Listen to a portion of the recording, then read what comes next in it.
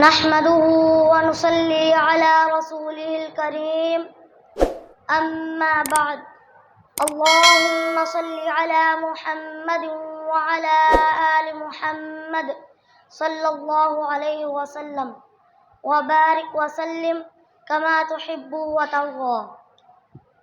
جامع ترمذی میں حدیث ہے، رسول اللہ صلی اللہ علیہ وسلم نے ارشاد فرمایا، اتق اللہ حیثما کنت، تم جہاں اور جس جگہ بھی ہو اللہ تعالیٰ سے ڈرو۔ اسی انداز میں رسول اللہ صلی اللہ علیہ وسلم نے ارشاد فرمایا، خالق الناس بخلق حسن، لوگوں کے ساتھ حسن سلوک سے پیش آؤ۔ اللہ تعالیٰ سے دعا ہے کہ اللہ ہمیں باتوں کو سمجھنے اور عمل کرنے کی توفیق عطا فرمائے۔ اقول قولی ھذا استغفر اللہ لی ولکم۔